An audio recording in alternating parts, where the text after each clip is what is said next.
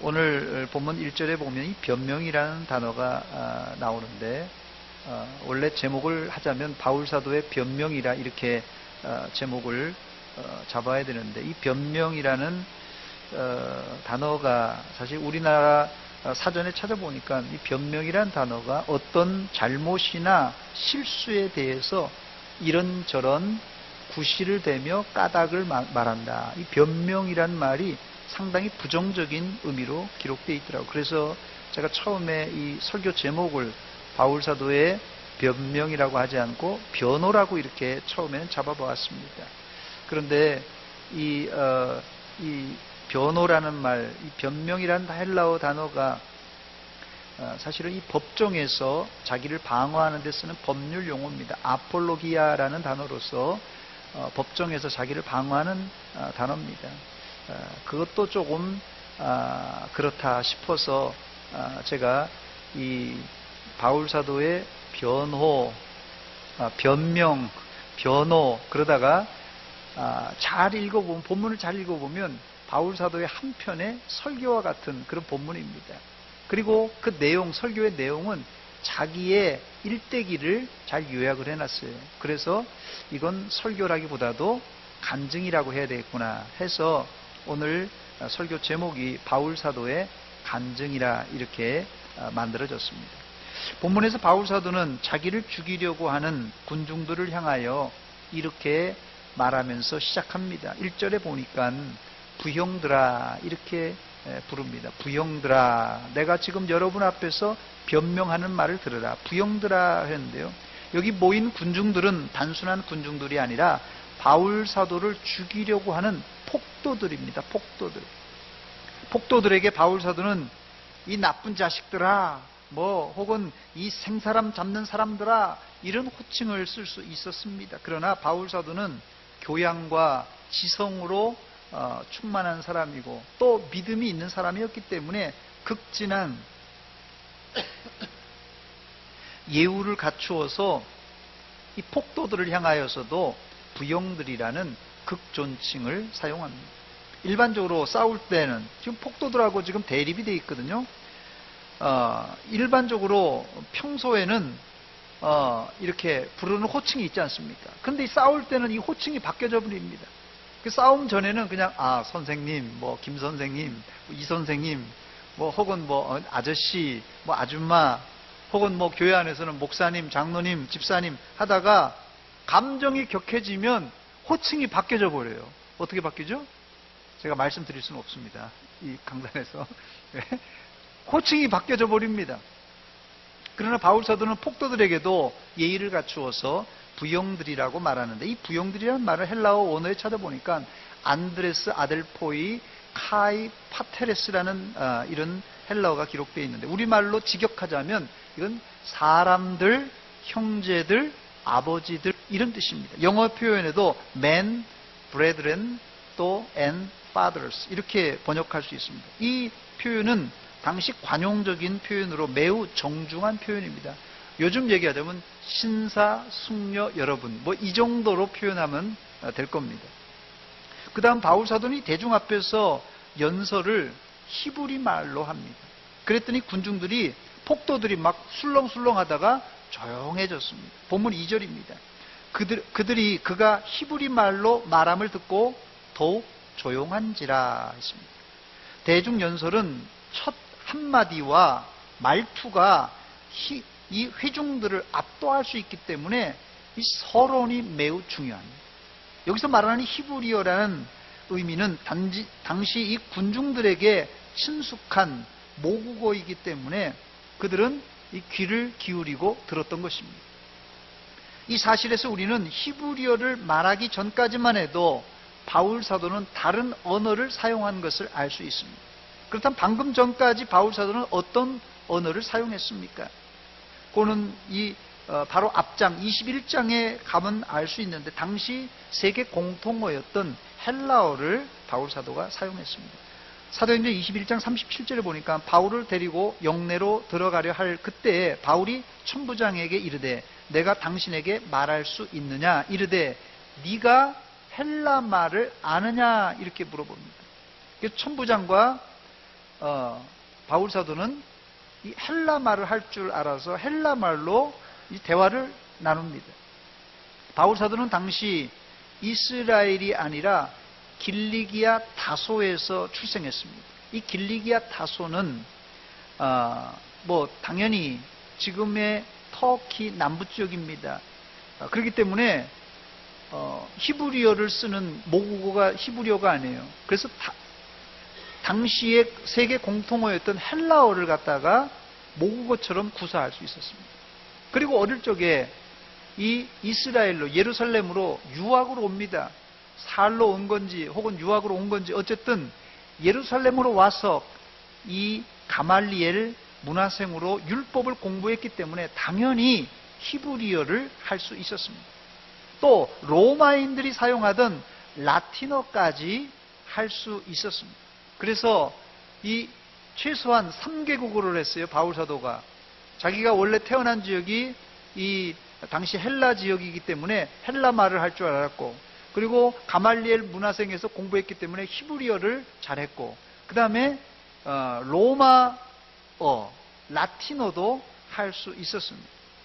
그래서 나중에 바울 사도가 로마로 가지 않습니까? 말년에 로마로 가서 그가 복음 전하는데, 새방에 찾아오는 사람들에게 또 복음 전하는데 전혀 문제가 없었습니다.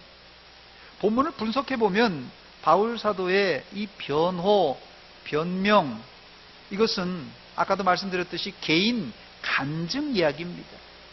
일반적으로 여러분들도 간증을 좀 이렇게 대중적으로 해보진 않았겠지만 간증을 개인적으로 이렇게 해보신 분들이 있을 거예요. 이 간증은 일반적으로 3단계로 나눕니다. 첫째는 예수 믿기 전에 나의 상태가 어떤가. 그러니까 간증하려면 필수 조건이 3가지인데, 예수 믿기 전에 나의 상태, 그리고 내가 어떻게 예수님을 만났나, 이 예수 믿는 장면, 그 다음에 예수 믿은 후에 나의 삶이 어떻게 바뀌었는가, 이 3가지가 들어가 있어야지 좋은 간증이라고 할 수 있습니다. 오늘 저는 여러분들과 함께 바울 사도의 간증을 살펴보도록 하겠습니다. 첫 번째로 예수 믿기 전에 바울 상태는 어떠했습니까? 본문 3절에 기록되어 있습니다. 우리 3절을 천천히 한번 읽어보겠습니다. 시작. 나는 유대인으로 길리기아 다소에서 났고 이 성에서 자라 가말리엘의 문화에서 우리 조상들의 율법에 엄한 교훈을 받았고 오늘 너희 모든 사람처럼 하나님께 대하여 열심히 있는 자라 했습니다. 먼저 이 바울 사도는 자신의 정체성과 출생 배경을 이야기합니다. 바울 사도가 길리기아 다소, 지금의 이 터키 남부 지역에서 태어났지만 제일 먼저 자기가 얘기한 정체성은 나는 유대인으로 그랬어요. 나는 유대인으로. 유대인이라는 정체성이 제일 먼저 나옵니다. 사실은 지금 말씀드렸듯이 터키에서 태어났잖아요. 그래서 이런 유대인을 보통 디아스포라 유대인이라고 합니다. 디아스포라. 그 흩어진 유대인 이런 뜻입니다. 포로 생활 때문에 또 다른 여러 가지 일 때문에 모국에 살지 못하고 흩어진, 우리로 하자면 제1교포, 제2교포, 제중교포 이렇게 외국에 사는 사람들을 말합니다. 디아스포라 유대인이에요. 그러나 외국에서 태어났지만 유대인이란 정체성을 잊지 않았습니다. 그리고 바울 사도는 거기서 예루살렘으로 유학을 옵니다. 예루살렘에 와서 당시 최고 학자였던 가말리엘 문화생이 됩니다. 당시 가말리엘은 주 25년에서 50년 사이에 이스라엘에서 활동했던 위대한 학자로서 이스라엘 역사상 이 3대 랍비 중에 한 사람이 가말리엘입니다. 유대교에서 3대 랍비라고 한다면 첫 번째로는 바벨론 귀환 후에 큰 부흥운동을 주도했던 학사 에스라가 첫 번째 랍비입니다. 두 번째 랍비는 이 가말리엘의 할아버지였던 힐렐이라는 사람이 두 번째 이 랍비입니다. 이 힐렐은 예수님 당시에 바리새파가 있었잖아요. 바리새파를 두 부류로 나눌 수 있는데, 하나는 좀 엄한 파가 하나 있었는데, 바리새파가 엄하지만 바리새파 중에서도 극보수가 있었는데, 그런 파를 갖다가 샴마이파라고 합니다. 또 상대적으로 온순한 바리새파를 힐렐파라고 합니다. 바로 여기에 나오는 힐렐이 바로 힐렐파의 원조입니다. 이 힐렐이 누구라고요? 바로 가말리엘의 할아버지예요. 그리고 3대 랍비가 세 번째가 가말리엘입니다. 가말리엘 본인이에요. 이 세 사람을 유대교의 3대 랍비라고 부릅니다. 지금도 그렇게 알고 있어요. 그러니 바울은 모를 수 있어도 가말리엘 랍비는 당시 예루살렘에 살고 있는 사람이라면 누구나 아는 대학자였습니다. 바울은 이 가말리엘 밑에서 조상들의 엄한 교훈을 공부했습니다. 더 나아가 그는 하나님께 열심히 있던 자였다고 소개하면서 본문 4절에는 내가 이 돌을 박해하여 사람을 죽이기까지, 죽이는 열성까지 있으면서도 충성했다고 그랬어요. 또 남녀를 결박하여 옥에 넘겼다 그랬습니다. 이 말은 이걸 좀 깊이 있게 풀어보면요, 이것은 처음에 스데반의 순교 당시에 이 사울 청년은 거기 순교하는데, 스데반을 죽이는데 가담했던 열심분자였습니다. 또 자기의 손으로는 예수 믿는 자들을 감옥에 붙잡아서 집어넣는 일까지 했다고 고백하고 있습니다.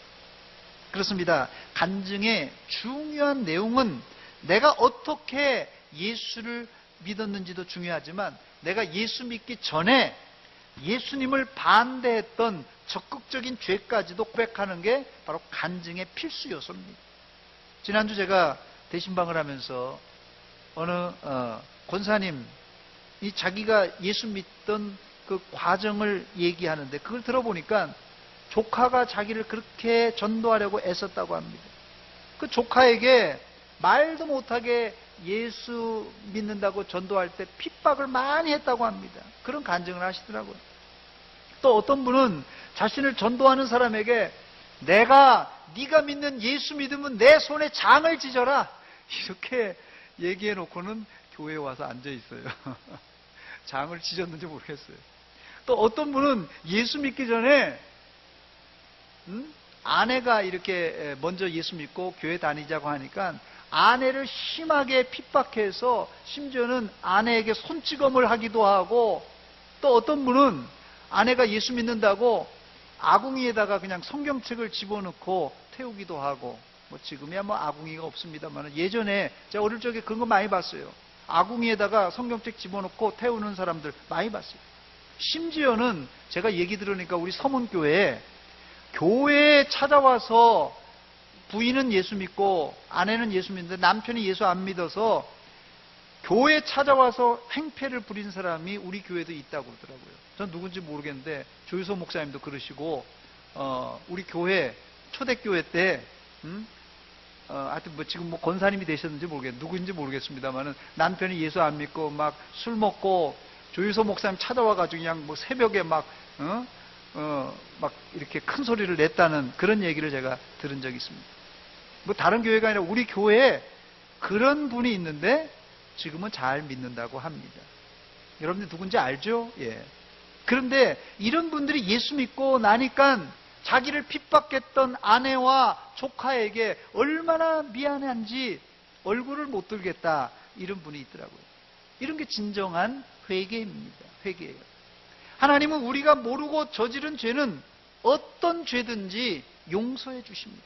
대신에 예수 믿기 전에 했던 그런 악한 행동을 예수 믿고도 그대로 저지른다면 그것은 다시 안 믿는 상태로 돌아가는 행위이고, 더 나아가서는 다시 예수님을 십자가에 못 박는 행위입니다. 제가 청년 때입니다. 대학교 다닐 때예요. 한 청년을 만났는데 그 청년이 저한테 아주 그냥 의기당당하게 저한테 자기는 교회 예수 믿었는데 교회 안 다닌다고 아주 당당하게 얘기하면서 저에게 얼마나 교회 욕을 하고 목사님 욕을 하는지 엄청 교회 욕, 목사님 욕을 하더라고요. 그러면서 더 기가 막힌 사실은 그 청년이 남자 청년인데 저한테 별별 얘기를 다 하더라고요. 나는 뭐 신비한 은사를 다 체험했다는 거예요. 그래서 자기가 뭐 방언도 할 줄 알고 뭐 무슨 뭐 입신해가지고 신비한 뭐 세계도 알고 있다는 거예요. 그런데 지금은 예수 안 믿고 교회도 안 다닌다고 하면서 심지어는 예수 믿는 사람 박해한다는 거예요. 자기가 교회에서 시험당해서 지금 교회 안 다닌다는 거예요. 이런 사람 만난 적이 있어요. 이런 사람을 성경은 뭐라고 하는지 아십니까? 히브리서 6장 4절로 6절입니다. 천천히 한번 읽어보겠습니다. 시작.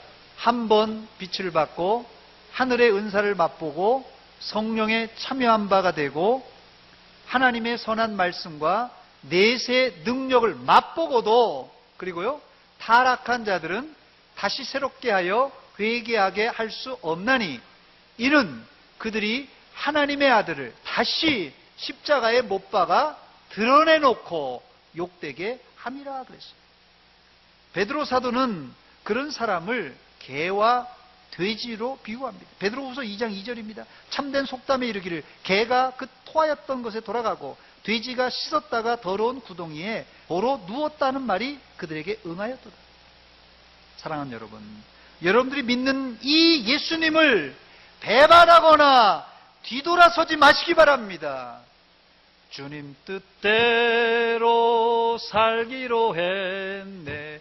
주님 뜻대로 살기로 했네.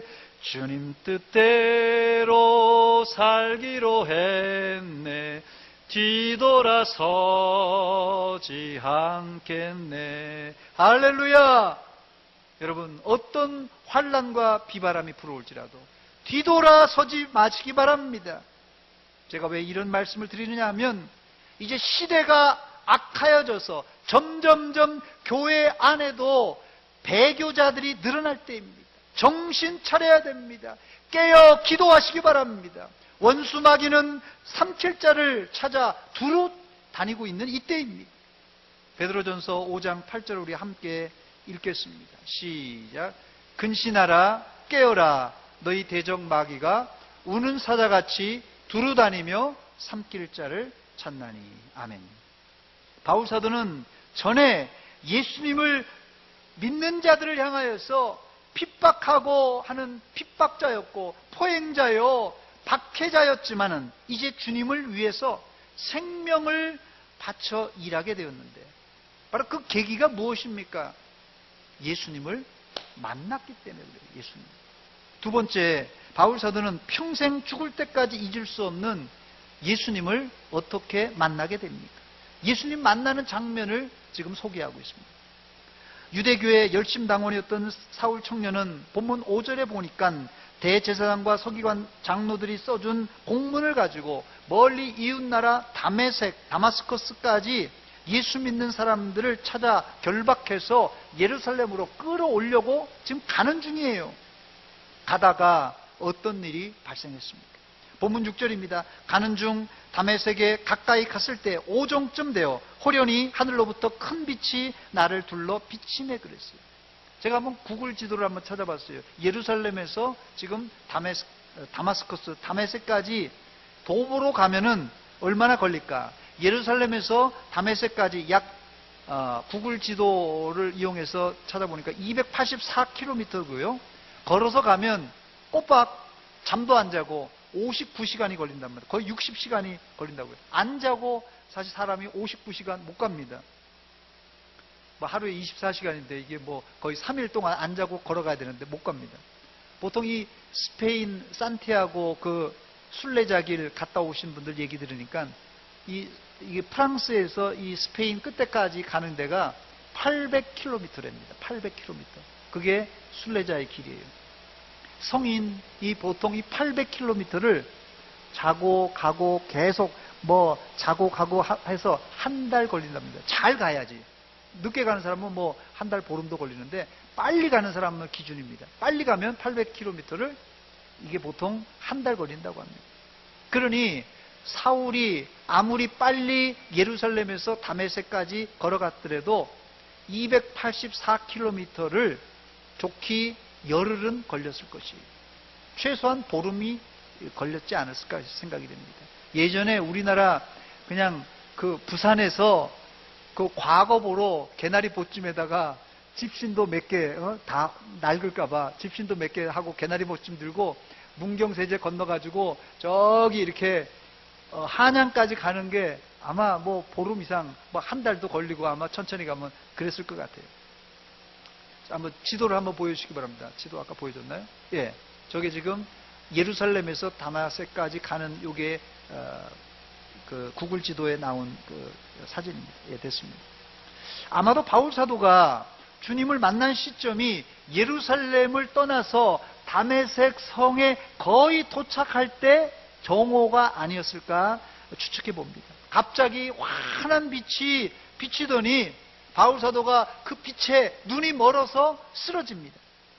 그런데 하늘로부터 소리가 들려옵니다. 본문 7절입니다. 사울아, 사울아, 내가 왜 나를 박해하느냐? 사울아, 사울아, 네가 왜 나를 박해하느냐? 난데없이 사울아, 사울아, 네가 왜 나를 박해하느냐? 음성이 들린 거예요. 이때 깜짝 놀란 사울은 목소리 주인공에게 묻습니다. 주님, 누구십니까? 당신이 누구십니까? 이때 나는 네가 박해하는 나사렛 예수라고 말합니다. 정확하게 네가 핍박하는 나사렛 예수라고 말합니다. 그런데 주변에 있던 사람은 빛은 보았지만 음성은 듣지 못했다고 성경은 기록하고 있습니다. 상당히 신비한 체험을 한 것입니다. 저는 이 체험이 예수님을 핍박하던 사울 청년이 예수님을 전하는 사도 바울로 바뀌는 극적인 장면이라고 묘사하고 싶습니다. 좀 더 자세히 표현하자면 그 자리에서 옛 사울은 죽고 새로운 사도 바울로 출생하는 장면입니다. 로마서 10장 10절에 보니까 사람이 마음으로 믿어 의에 이르고 입으로 시인하여 구원에 이르느니라고 말씀합니다. 그런데 이 구절은 상당히 이성적이고 교리적인 구절입니다. 이성적이고 교리적인 거예요. 그런데 문제는 현대 교인들 중에 마음으로 믿는다고 하고 입으로도 예수님을 주로 시인하고 세례까지도 받고 교회 안에 직분도 받았는데 사울 청년이 다메섹 길에서 체험한 옛사람이 죽고 새로운 사람으로의 변화는 잘 일어나지 않는다는 것이 문제입니다.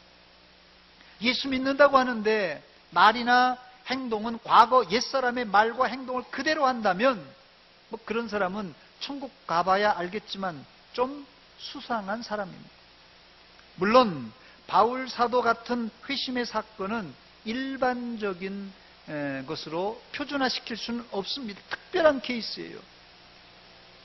그러나 예수 믿어도 이제 변화가 더디게라도 혹은 점진적으로라도 예수 믿으면 변화가 나타나기 때문에 대부분은 바울처럼 급속한 변화가 아닐지라도 옛사람이 죽고 예수 믿고 새 사람으로 탄생하게 되면 이제 점진적인 변화라도 일어나게 됩니다. 그러므로 우리가 예수 믿고 1년 되고 잘 몰라요. 10년 되면 어떻게 될까요? 변화가 좀 더 있어야 되겠죠. 20년 되면 어떻게 할까요? 더 변화가 있어야 되겠죠. 30년 되면 어떻게 할까요? 변화가 더 있어야 됩니다. 시간이 지나면 지날수록 하나님의 자녀가 되었다는 그 열매가 생활 중에 맺혀야 정상입니다. 만약에 10년, 20년 지났는데도 변화가 없다면 그 사람은 진짜인가 가짜인가 좀 수상한 사람입니다.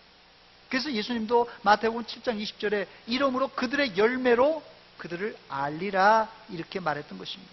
저를 한번 따라서 하시기 바랍니다. 좋은 열매 맺읍시다. 좋은 열매 맺읍시다.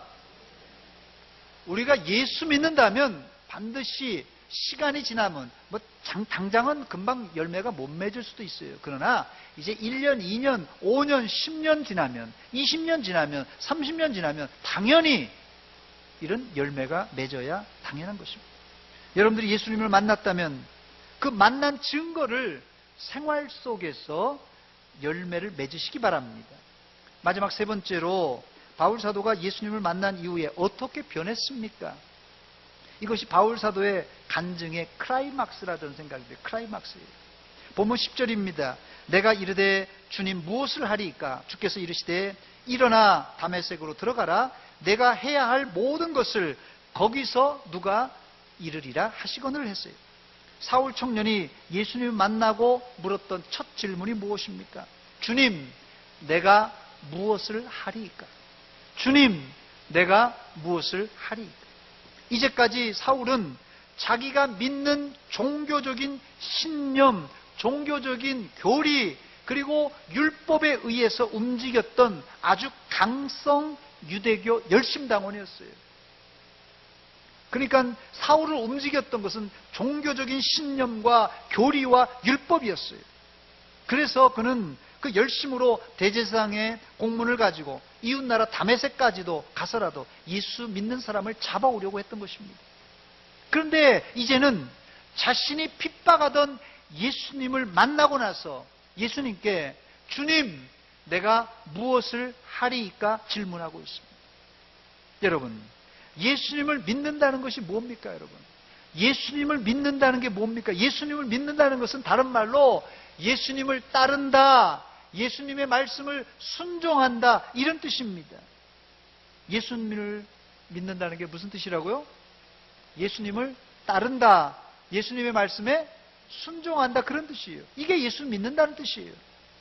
그러려면 여러분, 바울 사도가 했던 첫 마디, 이걸 우리가 잊지 말아야 됩니다. 뭐라고 그랬죠?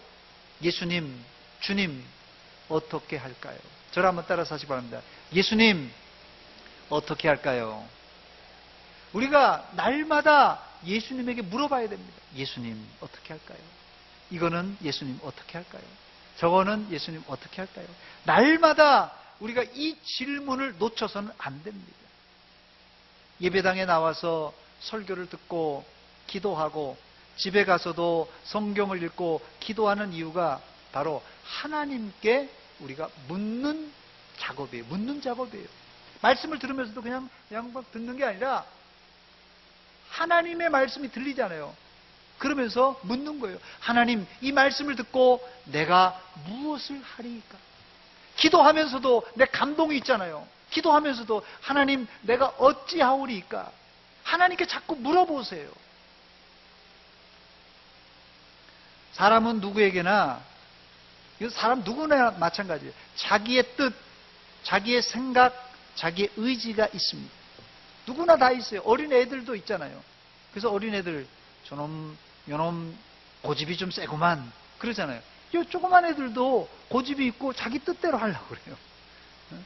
그러니까 사람은 누구나 자기 뜻이 있고 자기 생각이 있고 자기 의지가 있습니다. 그렇기 때문에 이런 것들은 늘 본능처럼 올라옵니다. 뭐가 올라온다고요? 자기의 뜻, 자기의 생각, 자기의 의지가 본능처럼 우리에게 올라와요. 그렇기 때문에 우리 자신을 가만히 내버려두면 안 됩니다. 우리를 그냥 가만히 내버려두면 안 돼요. 예수님의 말씀에 순종하며 이렇게 살려면 가만히 내버려두면 안 됩니다. 우리를 그냥 가만히 내버려두면 예수님의 말씀에 순종하며 살기보다는 어떻게 산다고요? 내 뜻대로, 내 생각대로. 예수는 믿는 것 같은데 내 뜻대로, 내 생각대로 예수 믿는 거예요. 그게 우리의 본능을 누르지 않으면 내 뜻대로, 내 생각대로 예수 믿는다니까요. 교회 안에서도 내 뜻대로, 내 생각대로 예수 믿는 사람 있습니다. 내 생각이 자꾸 올라오는데 그냥 그걸 가만히 두니까 그냥 내 생각대로 그냥 예수 믿어요. 내 의지대로 예수 믿는 거예요. 이것은 초신자만이 아니라 여기 서 있는 목사도 마찬가지입니다. 말씀을 게을리 읽고 기도 안 하면 목사도 자기 뜻, 자기 야망으로 목회할 수 있어요. 그러므로 누가 되었든지 바울 사도가 처음 예수님을 만났을 때 물어뒀던 아주 기초적인 질문, 예수님, 내가 어떻게 하오리이까? 예수님, 내가 어떻게 할까요? 날마다 성경을 읽으면서, 날마다 기도하면서, 시간마다 물어봐야 될 질문이 이겁니다. 그래야 내가 주님의 뜻을 오버하지 않는 삶을 살게 되는 것입니다. 다시 한번 따라서 하시기 바랍니다. 예수님, 어떻게 할까요? 이게 질문이 계속돼야 됩니다. 말씀을 읽을 때도, 기도할 때도, 길을 걸어갈 때도 예수님 어떻게 할까요? 그래서 바울 사도는 이 사건 이후에, 주님을 만난 사건 이후에 평생을 예수님께 물어보며 주님의 뜻을 이루며 살았던 사도가 되었던 것입니다. 말씀을 맺습니다. 오늘 바울 사도는 폭도들 앞에 이런 간증을 할 수 있는 분위기가 아니었어요, 사실. 그러나 바울사도는 성령님을 의지하고 차분한 마음으로 자신의 예수 믿기 전과 어떻게 예수님을 만났는가, 또 예수 믿은 이후에 어떻게 예수님의 뜻대로 살았는가를 짤막하게 군중들 앞에서 변호 간증하고 있습니다. 이 시간 잠시 여러분의 예수 믿기 전의 상태를 한번 생각해 보세요. 저도 예수 믿기 전이 있었으니까요. 저도 중학교 때 예수 믿었는데, 정식으로는요. 그 전에, 물론 예수 믿고 나서도 마찬가지입니다만, 예수 믿기 전에 여러분 상태가 어떻습니까? 예수 믿기 전에 상태가 어땠어요? 기억이 안 나세요? 너무 오래돼서 기억이 안 나요? 예수 믿기 전에 여러분의 상태가 어땠습니까? 어떤 분은 모태신앙인 분도 여기 이 자리에 있을 것입니다. 또 어떤 분은 예수 믿는 사람들을 상당히 못살게 굴었던 바울 같은 핍박을 했던 분도 혹시 이 자리에 있을지는 모르겠어요. 그런 분들도 있죠. 예수 믿는다고 좀 핍박하신 분들 있어요, 없어요? 대답할 수는 없죠, 우리 송경 집사님. 예. 웃고만 마네요. 예. 또 어떤 분은 자연스럽게 어려서부터 교회로 인도된 분들도 있을 것입니다. 어찌되었든 여러분들이 이 자리에 오게 된 것은 다 하나님의 은혜인 줄 믿으시기 바랍니다. 과거에 예수 믿는 사람 핍박했던, 내가 모태신앙이었던, 자연스럽게 예수 믿었던, 어쨌든 이 자리에 앉아 있는 자체가 하나님의 은혜입니다. 또 각자 예수님을 만난 시점과 장소, 그리고 계기가 있을 거예요. 여러분들이 예수님을 만났던 시점과 또 장소와 또 그런 예수 만났던 계기가 있을 거예요. 바울 사도는 다메섹으로 가다가 그랬지 않습니까? 그런 계기가 있을 거예요. 바울 사도처럼 이렇게 환한 빛이나 사람의 목소리로 사울아 사울아 이런 식으로 들려지지 않았을지라도 성령님의 특별한 뜨거운 체험들이 아마 각자 다 있었을 거예요. 예수님 만났을 때 그 체험했던 특별한 체험들이 여러분 각자에 다 있을 겁니다. 여러분들은 처음 주님을 만났을 때 그 순간을 잊지 마시고 더 뜨겁게 믿음을 불태우시기 바랍니다. 더 중요한 것은 예수님을 만난 이후에 우리가 무엇을 주님을 위하여 했는가 생각해 보시기 바랍니다. 예수 믿으면서도 내 생각, 내 의지, 내 주장만 펼치지 않았는가 반성해 보면서 앞으로 늘 주님께 묻고 말씀과 기도로 살겠다는 결단과 결심을 하시는 여러분이 되시기를 주의 이름으로 축원합니다. 축원합니다. 같이 기도합니다. 하나님 아버지, 은혜와 사랑 감사드립니다. 이 밤에 저희들 예배의 자리를 인도하시고 말씀 들려주신 것 감사합니다. 바울 사도가 처음 예수님을 만난 사건을 우리가 생생하게 간증으로 들으면서 내가 예수 믿기 전의 상태와 어떻게 예수 믿었는가와 또 예수 믿은 이후에 우리의 변화를 살펴보았습니다. 하나님 아버지, 우리가 처음 예수님을 만났던 그 뜨거움이 지금도 생생하게 회복되게 하시고 더 뜨거워지게 하시고 평생 동안 주님만 보고 달려가게 하여 주시옵소서. 예수님의 이름으로 기도하옵나이다. 아멘. 찬송가 288장입니다.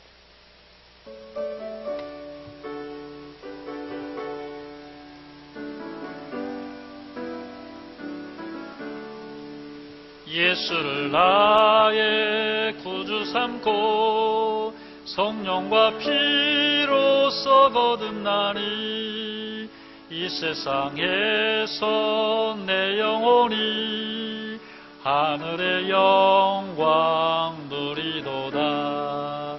이것이 나의 간증이요 이것이 나의 찬송일세. 나 사는 동안 끊임없이 구주를 찬송하리로다. 온전히 주께 맡긴 내 영 사랑의 음성을 듣는 중에 천사들 왕래하는 것과 하늘의 영광 이것이 나의 간증이요 이것이 나의 찬송일세 나 사는 동안 끊임없이 구주를 찬송하리로다 주 안에 기쁨 누림으로 마음의 풍랑이 잔잔하니 세상과 나는 간 곳 없고 구속한 주만 보이도다 이것이 나의 간증이요 이것이 나의 찬송일세 나 사는 동안 끊임없이 구주를 찬송하리로다